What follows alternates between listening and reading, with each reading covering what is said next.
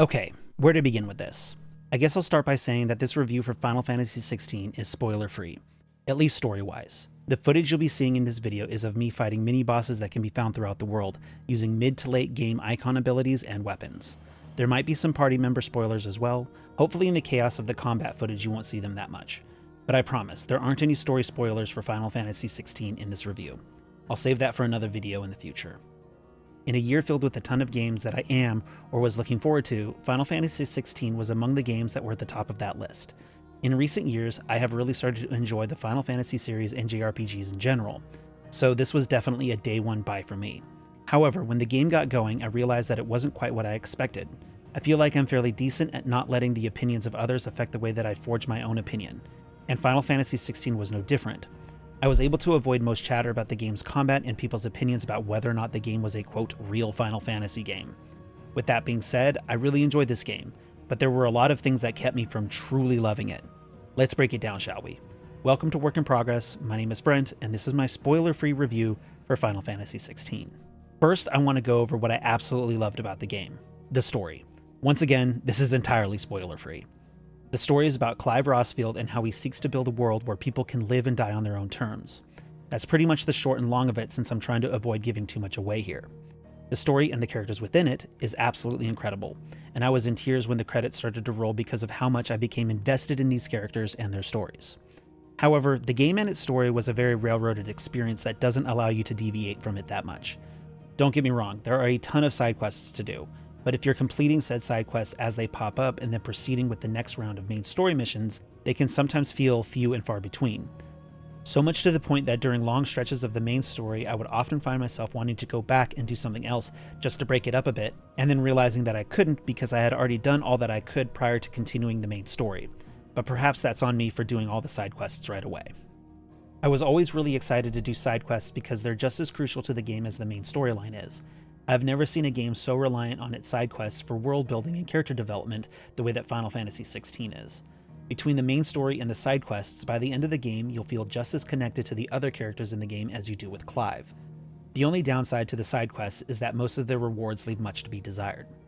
There's so much I want to say about the story and all the characters that you run into throughout the game. I'm finding it rather frustrating that I can't do so, because the story is where this game really gets its praises from me. But considering the game is still new, I have to refrain myself and save it for another video some other time. All I can say is that the story is fantastic.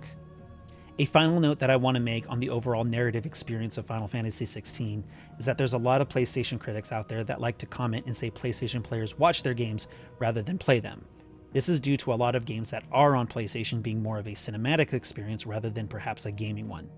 In the essence of transparency, and although I don't like when this comment is brought up, because some people simply prefer cinematic games and they should be allowed to like what they want to like, Final Fantasy XVI can and will add fuel to this fire. The game is very cutscene heavy.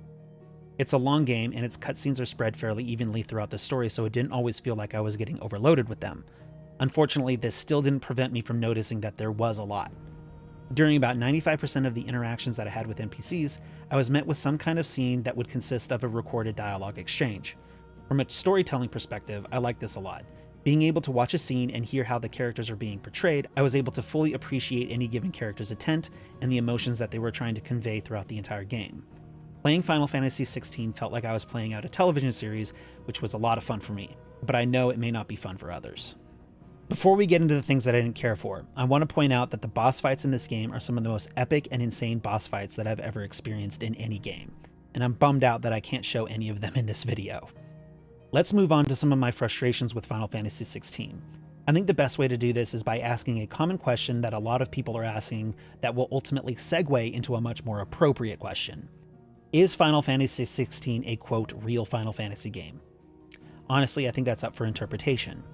Everyone has their own opinions on how certain things should be, and the Final Fantasy series is no different.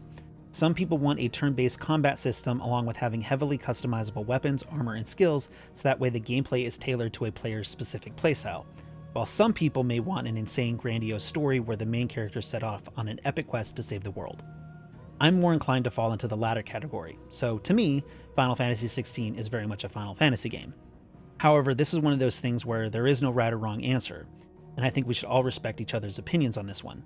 I feel like a better question to ask is Final Fantasy XVI what you would expect to get out of a JRPG? Japanese role-playing games, or JRPGs, have been the genre that I've been enjoying the most for the past 5 years. I love being able to go on journeys with great characters and see how they grow over the course of the game. I also like being able to customize said characters to my liking and playstyle. As I mentioned earlier, this is something people definitely like to have in their Final Fantasy games, and to me, it's not as important as the story. However, I do believe having those customizable options is important to have in any JRPG. The story for Final Fantasy is crucial, and as long as the story is amazing, I feel like some things can be overlooked. I loved Final Fantasy XVI as a Final Fantasy game simply for its story, but the customizable options, or lack thereof, really prevented me from loving it as a JRPG.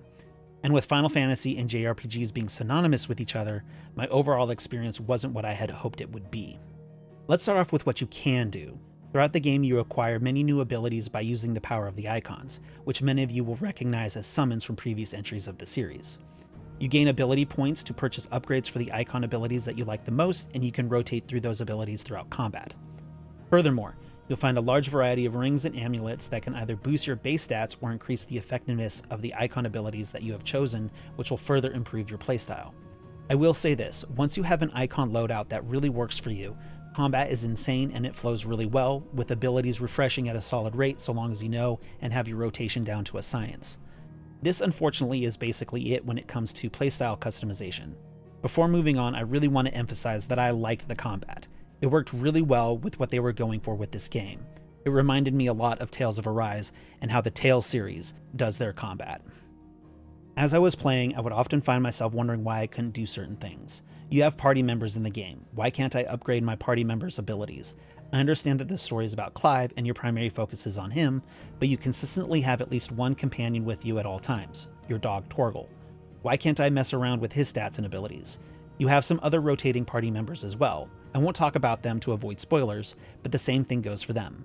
Final Fantasy VII Remake is just as much of a railroaded game as Final Fantasy XVI is, with Cloud being the central focus of that game. However, this didn't stop the developers of that from adding the same amount of customizable options to Cloud's party members as they did with Cloud. I definitely feel like this was a missed opportunity for Final Fantasy XVI. I was also frustrated by the fact that I couldn't do much with my weapons or armor. Every so often I was able to craft a new sword or some new piece of armor, however most swords and armor couldn't be upgraded and the gear that could be upgraded always seemed to be weaker than what I currently had equipped at any given time. This meant grinding for crafting materials was pointless since I couldn't really do much in the way of crafting anyway. Whether that's a good or bad thing is left up to the player. I'm a bit conflicted over it. On the one hand, I enjoy doing the grind so long as I'm able to reward myself with a cool craftable item from the materials that I've gathered. On the other, I can sometimes just find the grind to be a drag. In other JRPGs, generally the weapons and armor that you're wearing will boost your stats in one way or another, or you can add material to be able to be proficient in some kind of magic. This wasn't present in Final Fantasy XVI. As mentioned earlier, you can equip amulets and rings for some stat boosts, but nothing for weapons and armor. On the topic of grinding, if you're geared correctly with the right items that boost the amount of experience and ability points that you gain at the end of combat or a mission, you'll level up at a good pace. I was able to reach the level cap by the point of no return at the end of the story just by moving through the game and completing everything that it has to offer. This includes the main story, all side quests, and the mini boss hunts that you see that I'm doing right here. I thought this was nice because by the end of the game, the only things rewarding a solid amount of experience were the missions and the mini boss hunts. Normal enemies weren't really giving much in the way of experience. Anyways, I feel like I've rambled on for long enough. Let's wrap this up, shall we? I broke my rule with Final Fantasy XVI. I'm supposed to wait a week before writing a review in order to let the game sink in. That way I make absolutely sure whatever opinions I've formulated are justified and feel good to me. Maybe that's why I'm on a weird rant with this one, who knows. The truth is, I feel pretty good about my opinions toward Final Fantasy XVI. It takes place in a well thought out world with rich lore that you get to see evolve throughout the game. It's also got great characters, all of whom see excellent development by the time the credits roll. The journey I went on was incredible. I really enjoyed Final Fantasy XVI. The problem is that it's missing a lot of elements that I'd like to see in a JRPG. Things such as in-depth gear customization, stat boosting through materia or other means, and managing party members were all excluded. The fact that these things were missing is what's preventing me from truly loving the game as a whole. I do plan on returning to the game sometime next year so I can complete the platinum and do an in-depth spoiler video on the story. Who knows, maybe when that time comes rolling around I'll have changed my mind. Only time will tell. Anyway, have you played Final Fantasy XVI?